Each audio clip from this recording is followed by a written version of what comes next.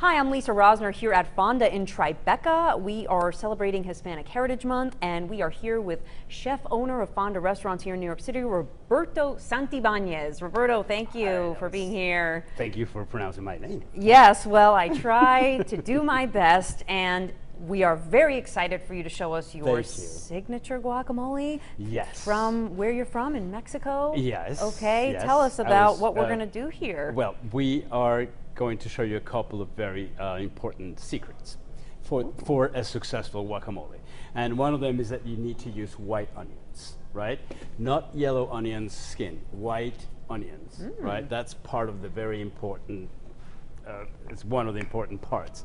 We're going to use a large scoopful, right? It's a small spoon, so we'll do more, right? We're going to use some serrano peppers. This time our serranos, because we didn't have jalapenos that were good enough, so it's a good substitute, serrano peppers, right? So we'll put a little bit of the serrano pepper. We'll also add some chopped cilantro, right? It's very important to see that the cilantro has been chopped with stems. So we use it with all the stem, and you cut it all up. And that's important because the leaves only have a complete different flavor than the leaves and the stems together. Wow, so just tilt it towards the camera so we can see. Okay, so no stems. No, a lot of stems. Oh, sorry. A lot of stems in the cilantro. A lot of stems, yeah. All the stems. Yeah. Literally, we start cutting the cilantro from the stem. Wow. So you chop it with the stems, and that gives you a complete different dimension of flavor than the cilantro by itself. Than the leaves by themselves, right? We're going to put a little bit of salt. Need a lot of salt because the guacamole you can add. Yeah. And then the most important thing is to crush this.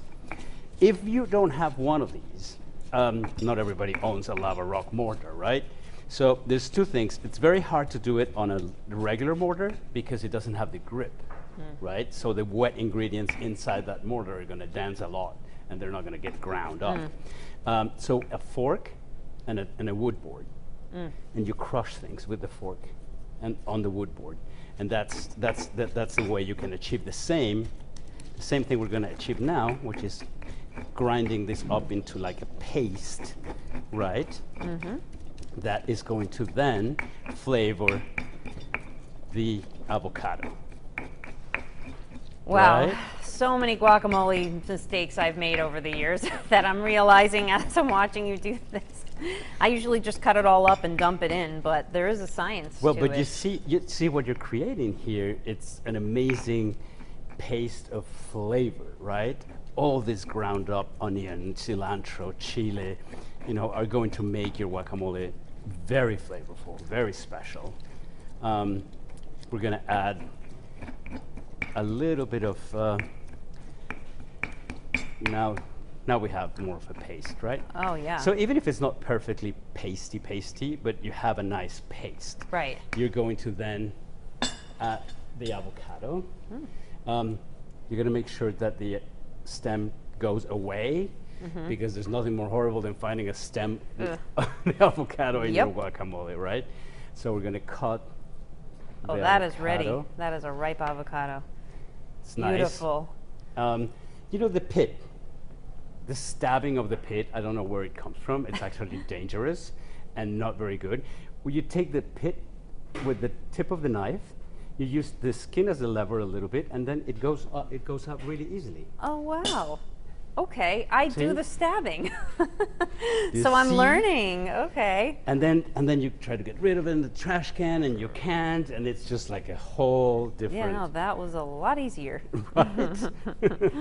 And then you were cross-cutting. And then I cross-cutting the avocado just to scoop it up, and then I'm going to scoop it out into the paste, and that is going to help us get a chunky guacamole, right? So we're going to use now a little spatula or a wood spoon or whatever you have, right? And you're going to cut up at the same time as you're tossing, right?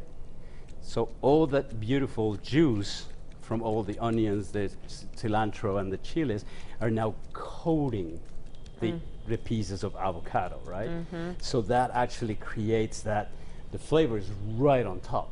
Right. So you don't have to be like looking out for the flavor. Where is it? No, it's going to hit you straight. It's in every bite. Exactly. Right? How many avocados do you go through a day here at the restaurant? Few cases. Few cases. Wow. Yeah, I mean, it's incredible how probably 90% of our guests orders this. Orders the guacamole. Well, that's Right? why we're showing our viewers how So it's done. that's how it's done. Then we can Wow. add, you can add a little bit more, like to have a crunch, right? So Okay. add a little bit more onion. You can add a little bit more more cilantro. Some people may add tomatoes. Some people may not add tomato.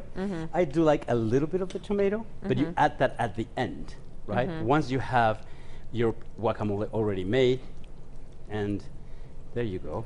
Wow. And then we're going to add a drop of lime juice, but we're not going to add lime juice for color, preservation, or anything. It's just a seasoning, right? So we Okay. really add just a few drops. That's plenty.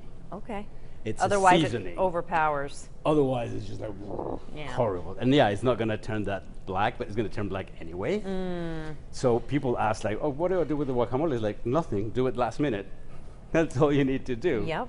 Fresh. So there you go. That's how Wow. this is how we do guacamole here And at Fonda. Thank you so much for showing us. We really appreciate it, and thank you again. Thank you. Very welcome.